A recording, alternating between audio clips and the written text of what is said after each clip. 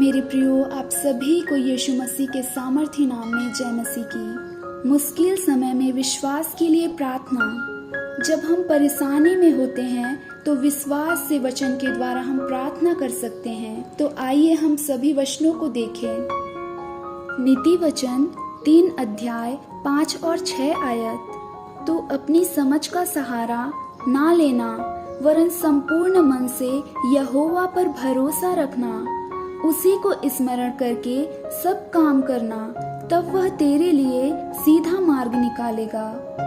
भजन संहिता 34 अध्याय 17 और 18 वचन। धर्मी दुहाई देते हैं और यहोवा सुनता है और उसको सब विपत्तियों से छुड़ाता है। यहोवा टूटे मन वालों के समीप रहता है और पिसे हुओं का उद्धार करता है। व्यवस्था विवरण 31 अध्याय और 6वां वचन। तू हियाव बांध और दृढ़ हो, उससे ना डर और ना भयभीत हो, क्योंकि तेरे संग चलने वाला तेरा परमेश्वर यहोवा है। वह तुझको धोखा ना देगा और ना छोड़ेगा। यूहन्ना 14 अध्याय 26 और 27 वचन। परंतु सहायक अर्थात पवित्र आत्मा, जिसे पिता मेरे नाम से भेजेगा, वह तुम्हें सब बातें सिखाएगा और जो कुछ मैंने तुमसे कहा है वह सब तुम्हें स्मरण करेगा। मैं तुम्हें शांति दिए जाता हूँ, अपनी शांति तुम्हें देता हूँ। जैसे संसार देता है मैं तुम्हें नहीं देता। तुम्हारा मन ना घबराए और ना डरे। यशायाह 41 अध्याय 10वां आयत। मत डर, क्योंकि मैं तेरे संग हूँ। इधर उधर मत ताक, क्योंकि मैं तेरा परमेश्वर हूँ। मैं तुझे दृढ़ करूँगा और तेरी सहायता करूँगा। अपने धर्मय दाहिने हाथ में तुझे संभाले रहूँगा।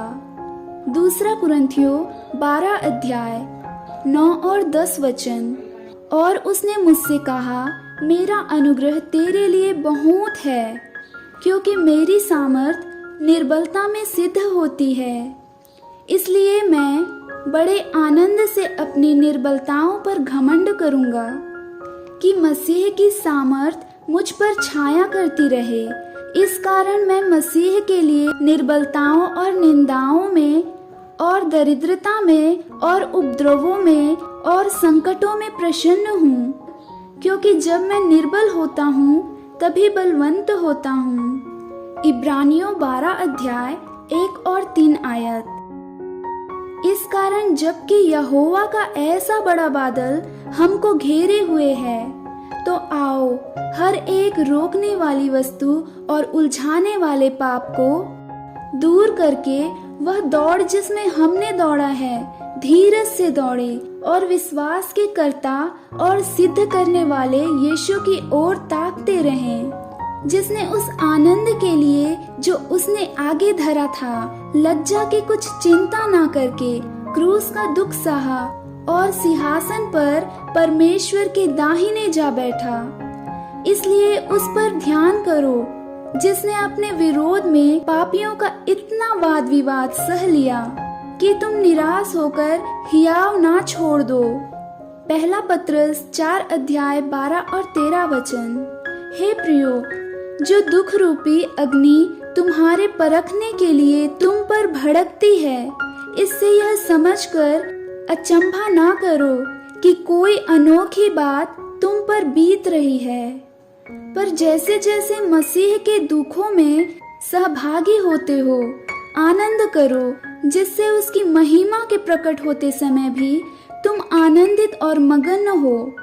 यहोशू 1 अध्याय और 9 आयत। क्या मैंने तुझे आज्ञा नहीं दी?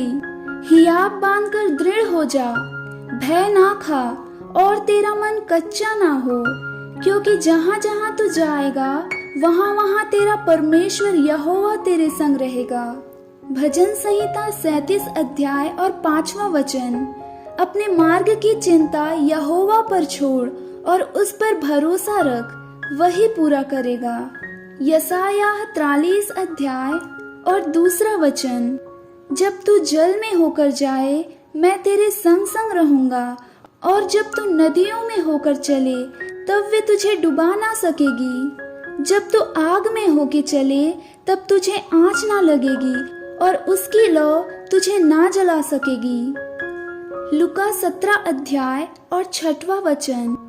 प्रभु ने कहा कि यदि तुमको राई के दाने के बराबर भी विश्वास होता तो तुम इस तूत के पेड़ से कहते कि जड़ से उखड़कर समुद्र में लग जा, तो वह तुम्हारी मान लेता।